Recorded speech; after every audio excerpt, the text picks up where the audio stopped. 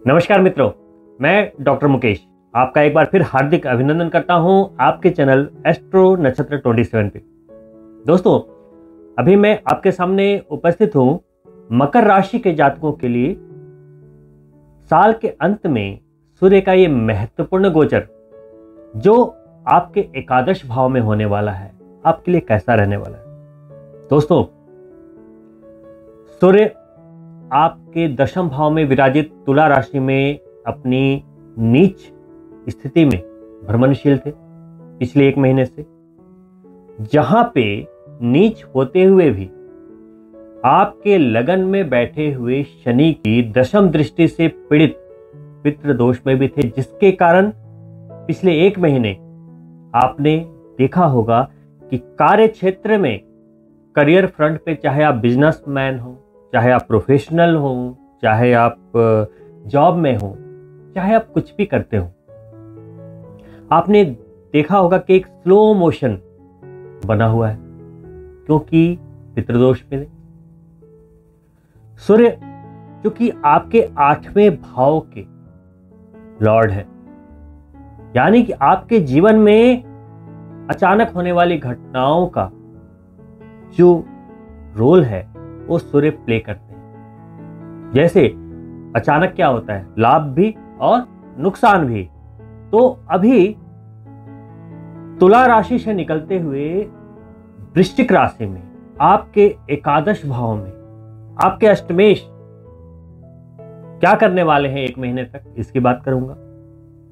आप मकर राशि के जातक जो शनि की 7.5 का एक्सट्रीम प्रेशर यानी कि शिखर फेज झेल रहे हैं, और साथ में जिनकी कुंडली में शुभ है शनि, वो सस राजयोग का आनंद भी साथ साथ ले रहे हैं, उनके लिए साल का ये अंत कैसा रहने वाला है। क्योंकि किसी भी नए वर्ष के प्रारंभ में या आने वाले वर्ष में क्या उपलब्धियां मिलेंगी, उसके लिए ये जरूरी है कि साल का अंत अच्छा हो, सुकून भरा हो, तभी तो आप एक अच्छी शुरुआत कर पाएंगे। दोस्तों, आपके दशम भाव यानी कि करियर के भाव से सूर्य अपनी नीचता को छोड़ता हुआ, पितृदोष को छोड़ता हुआ एकादश भाव में अपने मित्र की राशि मंगल में प्रवेश करेंगे। मंगल अभी भी अस्त अवस्था में तुला राशि में बने रहेंगे नवंबर के लास्ट तक। अब जब सूर्य एकादश भाव में आपके लाभ के भाव में गोचर करेंगे, 8वें भाव के मालिक होते हुए, तो वहां पर विराजमान केतु, उसके साथ हो जाएगी युति। तो सूर्य केतु की युति को शास्त्रों में क्या बोला गया है दोस्तों? ग्रहण दोष। और राहु की दृष्टि आ गई तो इसको पितृदोष भी बोल सकते हैं, ग्रहण दोष भी बोल सकते हैं। यानी कि आपके लाभ भाव में ग्रहण लगने वाला है एक महीने के लिए, यानी कि आपकी इनकम में लॉकडाउन की स्थिति रहेगी आने वाले एक महीने। लेकिन साथ में क्या संपूर्ण लॉकडाउन होगा या आंशिक? आइए इस पर बात करते हैं। दोस्तों, मकर राशि में शनि बैठे हैं और वहां से 10वीं दृष्टि से करियर को देख रहे हैं, तो सूर्य के वहां हटते ही जो पितृदोष हट जाएगा, तो शनि अपने परफॉर्मेंस में आ जाएंगे सस राजयोग में, जो एक महीने से अभी नहीं थे। वो तो पितृदोष में फंसे हुए थे। अब कोई भी ग्रह किसी को पीड़ित करता है तो वो भी तो अपने रिजल्ट्स को, अपनी गुणवत्ता को खोता है। अब सूर्य को शनि पीड़ित करने में लगे पड़े थे एक महीने से, सूर्य बेचारा नीच और ऊपर से पीड़ित भी आपके अष्टमेश, तो जो एक्सपेक्टेड गेन्स थे वो मिल नहीं रहे थे। यदा कदा सडन गेन्स जो आपको मिल रहे हैं या जो जिंदगी चल रही थी वो अन्य ग्रहों के बदौलत। अब जैसे ही सूर्य वहां से निकलेंगे तो लाभ भाव में ग्रहण दोष में फंस जाएंगे, तो सूर्य के कारण लाभ नहीं होगा। जो भी लाभ होगा इस महीने वो शनि के कारण होगा, सस राजयोग के कारण होगा। सूर्य तो बेचारे थोड़ी सी एनर्जी के साथ अभी एकादश में आए हैं, और वहां केतु फिर से ग्रहण लगा रहा है, राहु की दृष्टि आ रही है। लेकिन एक फायदा मिलेगा। आपने सुना होगा कि अष्टम भाव के लॉर्ड सूर्य चाहे जैसी स्थिति में, जैसे भी स्थिति में हो, जिस भाव में जाते हैं वहां के कारक तत्वों को एक्टिवेट कर देते हैं। तो लाभ को एक्टिवेट कर दिया, तो लाभ को एक्टिवेट तो कर दिया, भले ही सूर्य ना दे पाए, कोई और ग्रह दे जाए लाभ, लाभ तो होगा। और लाभ कैसा होगा? अचानक, क्योंकि 8वें के लॉर्ड है और 8वां भाव क्या है? अचानक का। तो अचानक लाभ की स्थितियां बनेगी कार्यस्थल पे, चाहे आप बिजनेसमैन हैं या प्रोफेशनल हैं या जॉब में हैं या कोई भी काम करते हैं, या आप टैलेंट से गेन कर रहे हैं, या आप कलाकार हैं, राजनीति में, कुछ भी है, सडन गेन्स होंगे। खास करके जो राजनीति में है, जो बड़े पदों पे हैं, मिनिस्ट्रीज में हैं, बड़े राजनेता हैं या बड़े सेलिब्रिटीज हैं, मकर राशि के उन सभी जातकों के लिए ये समय जबरदस्त होने वाला है, जबरदस्त होने वाला है। राहु की दृष्टि सूर्य पे है, लाभ भाव का एक्टिवेट किया हुआ है, और केतु जो लाभ देने में माहिर है वहां पर बैठा है। प्रॉब्लम किसको होगी? सिर्फ और सिर्फ सूर्य पीड़ित है, और सूर्य पीड़ित है तो कहां का लॉर्ड है? तो सिर्फ आपके 8वें भाव को प्रॉब्लम होने वाली है। 8वां भाव क्या है? सडन लॉस या सडन गेन। तो चूंकि लाभेश में है तो लाभ तो देगा, पैसा तो देगा, या सम्मान का लाभ देगा, या बड़े बड़े पद में अगर आप प्रमोशन के लिए लगे हुए थे, या कोई बड़े राजनेता थे, या बड़े किसी ऑफर की तलाश में थे, वो सब चीजें मिलेंगी। बड़े कलाकार थे, उन्हें कुछ बड़े प्रोजेक्ट्स मिल जाएंगे। लेकिन 8वां भाव आयु का भी है, नुकसान का। तो इस एक महीने जब मंगल भी अस्त हैं और सूर्य भी पीड़ित हैं, ग्रहण दोष में हैं, और 4 दिसंबर को ग्रहण भी वृश्चिक राशि में होने वाला है, आपके 11वें भाव में होने वाला है। तो दोस्तों संभल के ड्राइव करें, कहीं भी जाएं तो संभल के। यहां पर सडन सिर्फ लॉस की संभावना बन रही है, चोट चपेट दुर्घटना की आशंका प्रबल है, क्योंकि सूर्य ग्रहण दोष में है। राहु क्या है? छलिया है, दृष्टि दे रहा है, वो आपका माइंड कभी भी मैनिपुलेट कर सकता है, ध्यान रखिएगा। चंद्रमा 2.5 दिन में गोचर कर रहा है, कब कहां किसको जोड़ देगा, कहां से तार, कुछ नहीं कर सकते, आप नहीं कैलकुलेट कर पाएंगे। ये कैलकुलेशन सिर्फ एस्ट्रोलॉजर कर सकते हैं। तो आप चूंकि एस्ट्रोलॉजर नहीं है, एक जनरल तरीके से आप अपनी जिंदगी को जी रहे हैं, तो इतनी गहराई में ना जाते हुए आपको सिर्फ एक इंफॉर्मेशन दे रहा हूं कि सावधानी रखना है। जहां भी आप कुछ ऐसी चीजें कर रहे हैं जहां नुकसान हो सकता है, कोई रिस्क लेने वाला काम ना करें, कोई बड़ा इन्वेस्टमेंट, कोई बड़ा जोखिम, शेयर बाजार में बड़े इन्वेस्टमेंट या बड़ा रिस्क ना लें। कोई भी रिस्क लेने वाला काम अभी नहीं करना है, बिल्कुल नहीं करना है, जब तक सूर्य मजबूत नहीं होता। हां, अगर आपके कुंडली में सूर्य उच्च के हैं, मजबूत हैं, सूर्य शुभ है, आपने अव्वल दर्जे का, बिल्कुल बढ़िया क्वालिटी का, प्रीमियम क्वालिटी का अगर आपने रूबी डाला हुआ है तो ठीक है, तो फिर आपको घबराने की आवश्यकता नहीं है। लेकिन जिन जातकों की कुंडली में, जिन मकर राशि के जातकों की D1 लग्न चार्ट में सूर्य पीड़ित है, या ग्रहण दोष में है, या पितृ दोष में है, तो यह महीना आपके लिए मुश्किलों भरा हो सकता है। क्या करें? करना यह है कि अगर सूर्य अशुभ है कुंडली में, तो सूर्य को जल तो देते रहते होंगे, उसमें कोई बहुत बड़ा परिवर्तन नहीं मिल पाएगा आपको, इस महीने बहुत बड़ा लाभ नहीं मिल पाएगा। हाँ, लेकिन आपको गायत्री मंत्र की 5 माला प्रतिदिन करनी प्रारंभ कर देनी चाहिए, जब तक सूर्य ग्रहण दोष में है, और सिर्फ आपको ही नहीं, सभी राशियों वालों को कर देनी चाहिए। ये ग्रहण दोष के नकारात्मक प्रभाव में कमी लाएगा और आपको अचानक लाभ के कुछ रास्ते खोलेगा। क्योंकि सूर्य केतु एकादश भाव में बैठ के आपके पंचम को दृष्ट कर रहे हैं, तो अगर कोई युवक प्रेम संबंध में थे तो वहां पे कुछ सफलता मिलती दिख रही है। लेकिन जो लोग स्टूडेंट हैं, शिक्षा ले रहे हैं, उच्च शिक्षा ले रहे हैं, विदेश में हैं, उन्हें थोड़ी सी तकलीफ का सामना करना पड़ सकता है, थोड़ी सी प्रॉब्लम्स दिख रही हैं। तो जिन भी जातक के बच्चे फॉरेन में स्टडी कर रहे हैं, थोड़ा ध्यान रखेंगे 1 महीने के लिए। जो संतान के लिए इच्छुक हैं, संतान के लिए प्रयासरत हैं, तो यहां पर अभी मुश्किल बनी हुई रहेगी 1 महीने तक, कोई रिस्क ना ले। साथ ही कोई भी जातक जिसका संबंध विदेश से है, फॉरेन से है, ये 1 महीना सावधानी से चलने का है।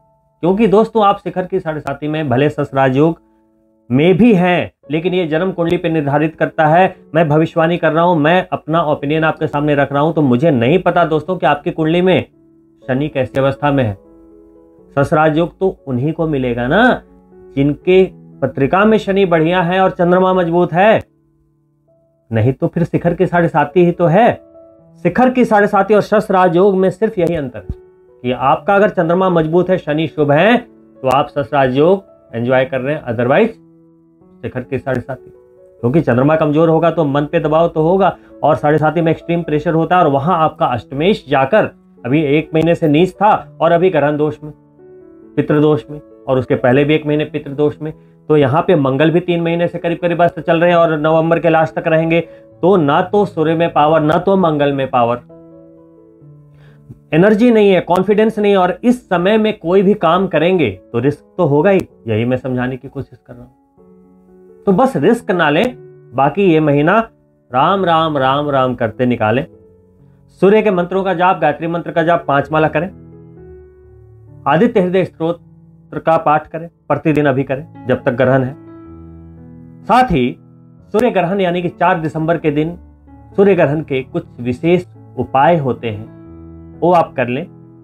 अब मैं बात करता हूं, देखिए इस ग्रहण दोष, जिसकी भी कुंडली में ग्रहण दोष है, उसके लिए एक त्वरित उपाय मैं बता देता हूं। ऐसे तो इसकी पूरी एक शास्त्रीय पूजा का विधान है, लेकिन अभी क्विक रिलीफ मिल जाए, बहुत बड़ा नुकसान ना हो, उसके लिए मैं आपको कुछ उपाय बताता हूं। देखिए 4 दिसंबर को जब सूर्य ग्रहण होगा, आपको एक दिन पहले आप कुछ अरेंजमेंट्स कर लें। सामग्री मैं बता देता हूं। देखिए आपको क्या करना है, 1.25 किलो 1.25 kg गेहूं लेना है। एक शहद का एक छोटा सा आप डब्बा ले लें, क्योंकि उस गेहूं में शहद को मिक्स करके ग्रहण के दिन आपको बहती नदी में खड़े होकर सूर्य को अर्घ देना है ना। तो पहले सुन लीजिए सामग्री क्या है। 1.25 kg गेहूं, एक छोटा सा शहद, हनी, 7 चारकोल के टुकड़े, 7 कोयले के टुकड़े, 250 ग्राम काली तिल, थोड़ा सा गुड़ 250 ग्राम, और 3 नींबू, कागजी नींबू। साथ में आपको एक थाली, एक छोटा सा लोटा, कलश और एक चाकू लेकर जाना है। कहाँ जाना है? आपके आसपास कोई भी नदी हो, पवित्र नदी, बहती नदी जिसकी धारा बह रही हो, गंगा नदी हो तो बहुत अच्छी बात है, या कोई भी पवित्र नदी हो, आपको वहां जाना है। जिसकी कुंडली में ग्रहण दोष है उसको पूजा के बाद ये रिचुअल करना चाहिए, और पूजा नहीं करवा पाए हैं तो ये तो कर ही लीजिए। एक सूखा नारियल भी लेना है। जो जटा वाली नारियल होती है उसके अंदर पानी नहीं होना चाहिए, आप उसको सेक करके देख लेना। ये सभी सामग्री को लेकर आप नदी के किनारे जाएं। नदी के किनारे आपको क्या करना है, पानी में खड़े हो जाना है। पानी आपके सामने बहती हुई जा रही हो, यानी कि आप कुछ भी उसमें सामग्री डालें तो आपके सामने बहती हुई आगे की ओर निकल जाए, आपको फिर क्रॉस ना करे। मान लो नदी ऐसे बह रही है, बहाव इधर की ओर है, तो ऐसे खड़ा होना है। अब सबसे पहले आपको क्या करना है, एक थाली लेनी है, उसमें 1.25 किलो गेहूं डाल देना है और उसके ऊपर हनी यानी शहद को डाल देना है और उसको मिक्स कर देना है। मिक्स करने के बाद आपको उस थाली से ही सूर्य भगवान को अर्घ देना है। अगर सूर्य दिख रहे हो तो बढ़िया बात है, अगर कोई बादल बादल हो, मौसम खराब हो, फिर भी मन में भावना करते हुए ऐसे गिराते हुए जल में, पानी में गिरा दें और ऐसे गिराएं कि वो आपके सामने से बहता हुआ सामने की ओर चला जाए। पहला तो ये करना है। दूसरा क्या करना है, आपको कोयले के टुकड़े लेने हैं 7। आपने 7 टुकड़े लेफ्ट हैंड में रख लिए, दाहिने हाथ से एक कोयले के टुकड़े को लिया, अपने सिर के ऊपर से 7 टाइम्स एंटी क्लॉकवाइज घुमाया और बोला ओम राम राहवे नमः। घुमाया, बोला ओम राम राहवे नमः और जल में प्रवाहित कर दिया। फिर सेकंड चारकोल उठाया, कोयले के टुकड़े को उठाया, फिर 7 टाइम्स घुमाया, फिर जल में प्रवाहित कर दिया। उसी तरीके से 7 कोयले के टुकड़े को 7 टाइम्स घुमाते हुए नदी में बहा दें, बहती जल में। उसके बाद काले तिल को लेना है, फिर से लेफ्ट हैंड में रखिए या थाली में रखिए, फिर अपनी मुट्ठी से ऐसे उठाना है काले तिल को, फिर 7 टाइम्स घुमाना है, ओम शम शनिश्चराय नमः 7 टाइम्स और नदी में बहाना है। उसी तरीके से बहाते चले जाए 7 टाइम्स।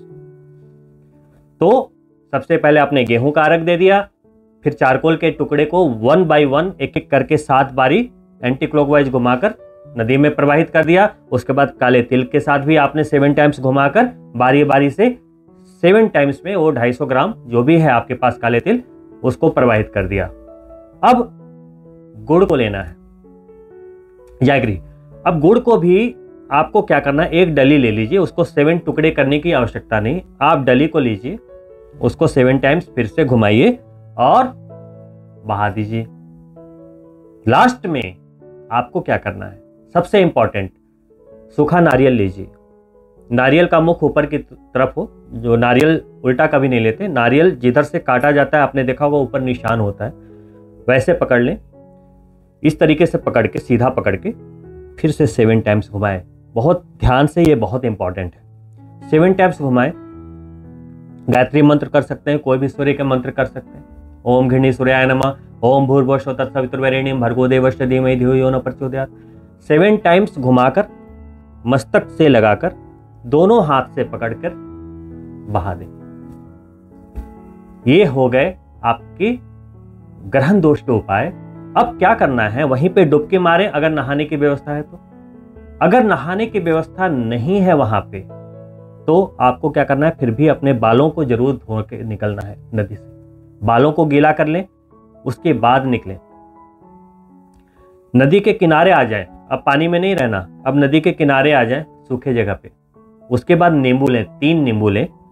मैं एक का उपाय बता देता हूं, तीनों को बारी बारी से वैसे ही करना। अब नींबू को क्या करना है, 7 टाइम्स आपको पहले घुमाना है, 7 टाइम्स मस्तक पे लगाना है, दोनों बाजुओं पे लगाना है, दोनों घुटनों पे टच करना है और सारे नेल्स पर ऐसे ऐसे आपको अंदर से बाहर की ओर ऐसे टच करते हुए आपको ये भावना करनी है कि जितनी नेगेटिव एनर्जी आपकी निकल रही है, और पैरों के भी नेल्स पे आपको उसी तरीके से अपवर्ड डायरेक्शन में आपको नींबू को टच कराते हुए वैसे करना है।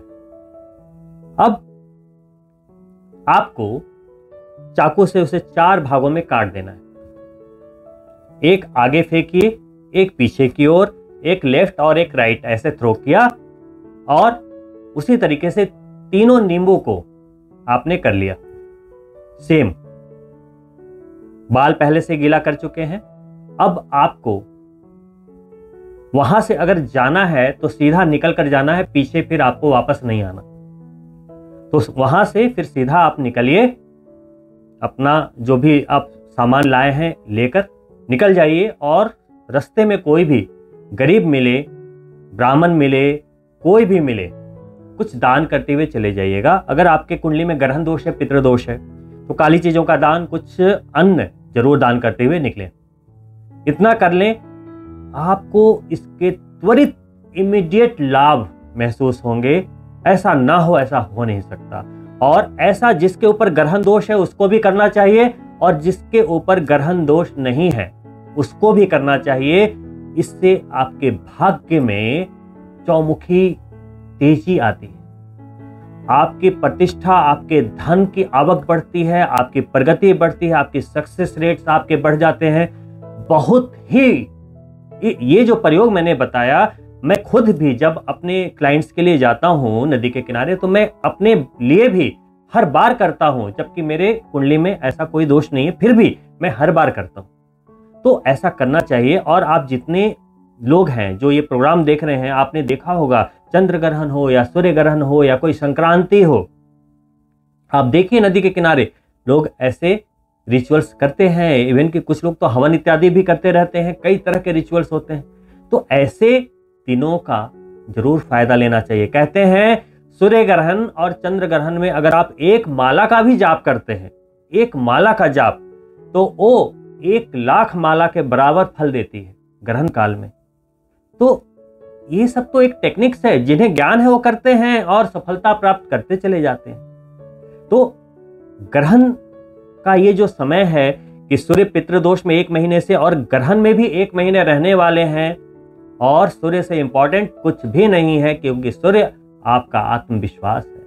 एकादश भाव में सूर्य केतु के इस ट्रांजिट के, इस गोचर के कुछ लाभ आपको दिखाई देंगे कि वरिष्ठ लोगों, जो आपके बुजुर्ग हैं, जो आपसे बड़े हैं, जो आपको हेल्प कर सकते हैं, अगर आप उनसे हेल्प मांगते हैं वो हेल्प कर देंगे। बड़े भाई बहन से आपको थोड़ी सी हेल्प मिलने की इस महीने उम्मीद है। अगर आपको हेल्प की जरूरत है आप ले सकते हैं और मिलेगी भी। कोर्ट कचहरी में अगर कोई विवाद चल रहा था, तो सूर्य केतु के इस ट्रांजिट से अचानक वो आपके पक्ष में आ सकता है, लेकिन इसके लिए एक शर्त अनिवार्य है कि आपकी कुंडली में सूर्य अशुभ नहीं होना चाहिए और केतु भी बढ़िया होने चाहिए। तो हर गोचर में कुछ टर्म एंड कंडीशन होते हैं। ऐसा नहीं कि मैं मकर राशि के लिए बात कर रहा हूं तो 100 में 100 मकर राशि के जातकों के लिए एक ही प्रेडिक्शन फिट बैठेगी। प्रेडिक्शन का मतलब होता है, जब आप इस वीडियो को देख रहे हैं तो एक ये मोटा मोटा आकलन है, एक रफ फिगर है कि चीजें ऐसी बन रही हैं, अच्छा या बुरा। अब हम अगर उसे D1 चार्ट देखते हैं, अपने लग्न चार्ट को देखते हैं, अपनी जन्म कुंडली को देखते हैं, जो कि आपके जीवन का आईना होती है, उससे हम गोचर में संबंध बनाते हैं। अगर कुंडली में भी सूर्य 0 पे है, ऊपर भी 0 है गोचर में, तो आप नेगेटिव में जाएंगे ही जाएंगे। अब अभी सूर्य पीड़ित है लेकिन आपके कुंडली में स्ट्रांग है, तो आपको टेंशन लेने की जरूरत नहीं। तो हमारा प्रेडिक्शन तो वही होगा ना कि आपके एकादश भाव में चीजें वो घटेंगी। देखिए सूर्य का ये गोचर क्या कहता है, सिंपली सूर्य का संबंध तो एक ही भाव से है ना, तो एक ही भाव को आपको समझना काफी होगा इस महीने के लिए। देखिए अष्टम भाव अचानक, एकादश भाव लाभ, तो अचानक लाभ देने के लिए ये गोचर पर्याप्त है। अचानक लाभ देगा, हर हाल में देगा, लेकिन अचानक दुर्घटना, चोट चपेट भी लग सकती है। अब ये किसको मिलेगी किसको नहीं मिलेगी, किसको लाभ मिलेगा, किसके साथ दुर्घटना होने की आशंका है। दिल के मरीज जो है उनको विशेष सावधानी रखने की जरूरत है, ये आपके 16 दिसंबर तक। तो अब आपकी जन्म पत्रिका डिसाइड करेगी कि किसको लाभ मिलेगा और किसको नुकसान।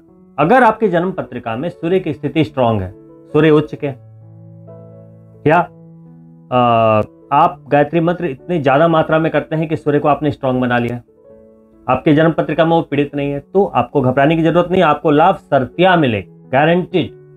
लेकिन अगर आपकी पत्रिका में भी सूर्य नीच के और कुछ प्रॉब्लम में है, पितृदोष में है, ग्रहण दोष में है, तो आपके लिए ये युति, ये गोचर आपके लिए डेंजरस साबित हो सकती है।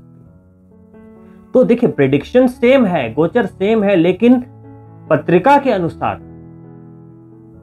फलित बदल गया। तभी आपको अपनी कुंडली की जो प्रारब्ध है, जो घटनाएं हैं, आपको एक अच्छे एस्ट्रोलॉजर से मिलके उसको देखनी चाहिए, समझनी चाहिए और उसके उपाय कर लेने चाहिए, क्योंकि 2022 आने वाला है। 2022 में अप्रैल में आप शिखर की 7.5 से आजाद होने वाले हैं। 12वें में जब शनि आते हैं तो चढ़ती 7.5 होती है, जिसमें नुकसान होता है। जब शिखर की 7.5 होती है तो एक्सट्रीम प्रेशर में होते हैं, लेकिन मकर राशि और कुंभ राशि वाले जब शिखर के 7.5 में होते हैं तो शस्त्राजियों का भी फल मिलता है, लेकिन उतरती 7.5 में, चूंकि वो सेकंड हाउस में गोचर करते हैं तो लिक्विडिटी बढ़ती है और सब कुछ जो जो लिया है शनि देव वो देते हुए निकल जाते हैं। तो अगला साल तो धमाकेदार रहने वाला है, धमाकेदार रहने वाला है। केतु और राहु का परिवर्तन भी होने वाला है, शनि भी अपनी चाल बदलने वाले हैं, बृहस्पति भी बिल्कुल बढ़िया स्थान पे आपके आ जाएंगे। तो नए साल के वीडियो में मैं बहुत कुछ लेकर आ रहा हूं। तो अभी फिलहाल आपको क्या करना है, दिल से सूर्य की उपासना कीजिए, गायत्री मंत्र से जुड़िए और जो भी कीजिए दिल से कीजिए, दिखाने के लिए कुछ नहीं कीजिए। और सबसे बड़ी बात कि कोई भी एक्शन जिंदगी में तभी कामयाबी देती है, कोई भी कामयाबी तभी मिल सकती है जब आप रियल हो, फेक ना हो। कहने का मतलब है आपको किसी के रिलेशनशिप में कामयाबी चाहिए, मतलब किसी से आप अच्छे संबंध बनाना चाहते हैं। आप जब सामने होते हैं तो उनसे प्यारी प्यारी बातें करते हैं, बहुत अच्छे से आप बात करते हैं, लेकिन आप पीठ पीछे जाते हैं तो आप उसी के बारे में बुरा सोचने लगते हैं, उससे जलने लगते हैं। तो ये फेक रिलेशनशिप में वो मजबूती नहीं आ पाती। मजबूती कब आएगी, जब आप सामने भी वैसे ही हैं और पीछे भी वैसे ही हैं, दिल से सामने भी प्यार दे रहे हैं और पीछे से भी प्यार दे रहे हैं। उसी तरीके से आपका जॉब है, बिजनेस है, प्रोफेशन है, कि आप जो कर रहे हैं दिल में भी उसके लिए उतनी ही जज्बात होनी चाहिए, मतलब समर्पण, डेडिकेशन, कि हमें इस महीने ये करना है तो करना है, मिले। उसी तरीके से हर चीज में, चाहे वो आपका प्रोफेशन हो, चाहे आपका रिलेशन हो, हर चीज में डेडिकेशन चाहिए। उसी तरीके से कोई भी दोष हो पत्रिका में, कोई भी ग्रह नीच हो, पीड़ित हो, ग्रहण दोष हो, कुछ भी हो, ज्यादा घबराने की आवश्यकता नहीं है। ऊपर परम पिता परमेश्वर बैठे हैं, उनसे दिल का रिश्ता बना लीजिए, तो वहां भी लोग फेक हो जाते हैं। पूजा पाठ करते हैं भाई, नवरात्रे भी कर रहे हैं, कलश भी बिठा रहे हैं, दिवाली भी कर रहे हैं, सब कुछ कर रहे हैं, पितृपक्ष में पितरों को दान कर रहे हैं, सब कुछ तर्पण कर रहे हैं, सब कुछ कर रहे हैं। पितरों को उधर तर्पण किया, घर में आकर माँ बाप को मुंह ऐंठ कर जवाब दे रहे हैं, माता पिता का अनादर कर रहे हैं, घर में खाना नहीं दिया और पितरों को जाकर वहां पे पीपल में जल दे रहे हैं। कोई काम नहीं आएगा, कोई काम नहीं आएगा। दिल से वहां भी आपको प्योरिटी चाहिए। आप अगर नारायण नारायण करते हैं तो नारायण के लायक तो बनिए, लायक तो बनिए। देखिए, पूजा पाठ अगर आप करते हैं तो सिर्फ दिखावे के लिए ना करें। नवरात्रे आप करते हैं, कोई भी पूजा पाठ करते हैं, सत्यनारायण पूजा करते हैं, तो आप इस पे ध्यान ना दें कि हमें फूल भी लाना है, नारियल भी लाना है, पंडित भी बुलाना है, इतनी दक्षिणा चढ़ानी है, केले के पत्ते लाने हैं जी, ये लाना है, वो लाना है। हर चीज पे ध्यान होता है आपका, हर चीज पे ध्यान होता है। ध्यान कहां नहीं होता, सिर्फ नारायण पर। जब पंडित कथा कहने बैठता है तो आपका ध्यान कहीं और होता है कि जल्दी से कथा समाप्त हो जाए तो हम प्रसाद वितरित करें और फिर फेसबुक और टीवी में लगे, गॉसिप में लगे। अगर आपने अपने एटीट्यूड को चेंज कर लिया तो जिंदगी बदल जाएगी। कोई भी गोचर हो, इसमें डरने की आवश्यकता नहीं होती। हाँ, मकर राशि के जातकों के लिए ये एक तरीके से दो धारी तलवार है, लेकिन इस पे आप लाभ भी ले सकते हैं। अगर आपने सावधानी नहीं बरती तो नुकसान भी हो सकता है। इसीलिए इस गोचर को बैलेंस करना आपका काम है। मैंने सिर्फ बता दिया, बैलेंस कीजिए और इस एक महीने को सावधानी से निकालिए, क्योंकि अभी की सावधानी आपके नए साल को एक नई जान देगी, एक दिशा देगी। सामान्यतः सूर्य के गोचर को अगर गोचर सिद्धांत के हिसाब से देखें तो जन्म चंद्रमा से 11वें भाव में सूर्य का गोचर शुभ कहा गया, लेकिन केतु साथ में है तो हम उस सिद्धांत पे अभी नहीं चल सकते। केतु से पीड़ित हो गए, ग्रहण दोष में आ गए। तो जब हम किसी भी सिद्धांत को पढ़ते हैं तो आगे भी चीजें देखनी पड़ती है ना। कोई लोग बोलेंगे अरे 11वें भाव में गोचर है, बहुत अच्छा है। कुछ लोग आजकल वेबसाइट पे कॉपी पेस्ट करने वाले लाखों लोग हैं, उन्हें ज्ञान तो होता नहीं, लिख देते जी बड़ा धन लाभ होगा, ये होगा, वो होगा। बाद में जातक बोलता है कुछ हुआ ही नहीं। तो मेरा ये वीडियो बनाने का मकसद सिर्फ इतना है कि आपको वो थीन लाइन के बारे में समझा कि देखिए, सूर्य का गोचर हुआ है 11वें भाव में केतु के साथ है, लाभ मिल सकता है, लेकिन शर्त क्या है? सिर्फ और सिर्फ शर्त यह है कि सूर्य मजबूत होना चाहिए आपके जन्म पत्रिका में, तब यहां आप सेफ हैं। अदरवाइज पहले भी पितृ दोष में थे, अभी भी पितृ और ग्रहण दोष में है, सूर्य में कमजोरी है, तुला राशि में नीच के होते हैं और अभी वृश्चिक में ही आए हैं, तो अभी नीचता बनी हुई है, अभी बहुत ज्यादा पावर है नहीं। तो आपका अष्टमेश कमजोर है, मंगल भी अस्त है, तो स्थिति तो गंभीर है ही। और सूर्य अगर कमजोर होते हैं तो सारे ग्रह अपनी गुणवत्ता खो देते हैं। तो मैं इसी बात को समझा रहा हूं, आप चाहे जैसे समझ लें, मैं इसी बात को समझा रहा हूं। तो अपनी कुंडली की विवेचना अवश्य कराएं। और इसी के साथ मेरी शुभकामनाएं आपके साथ है कि अगला वर्ष आपका बहुत ही शानदार संजोगों को लेकर आए और आपको बड़ी कामयाबी मिले। और आपसे अनुरोध है कि अगर आपने मेरे चैनल को सब्सक्राइब नहीं किया तो प्लीज़ सब्सक्राइब अवश्य करें। और अगर ये वीडियो आपको कहीं से भी थोड़ा भी अच्छा लगा तो लाइक करें और अपने मित्रों के लिए शेयर भी अवश्य करें। मैं बहुत ही जल्दी दूसरे वीडियो में नए वर्ष के प्रेडिक्शन के साथ हाजिर होऊंगा और उसमें मैं आपके लिए मार्गदर्शन दूंगा कि कैसे किस ग्रह को मैनेज करें, क्या करें और क्या ना करें, ताकि 2022 आपकी जिंदगी के किताब के सुनहरे पन्नों में दर्ज हो। इसी शुभकामनाओं के साथ मैं आपसे विदा चाहूंगा। अगली वीडियो में जल्द मिलता हूं, तब तक के लिए नमस्कार।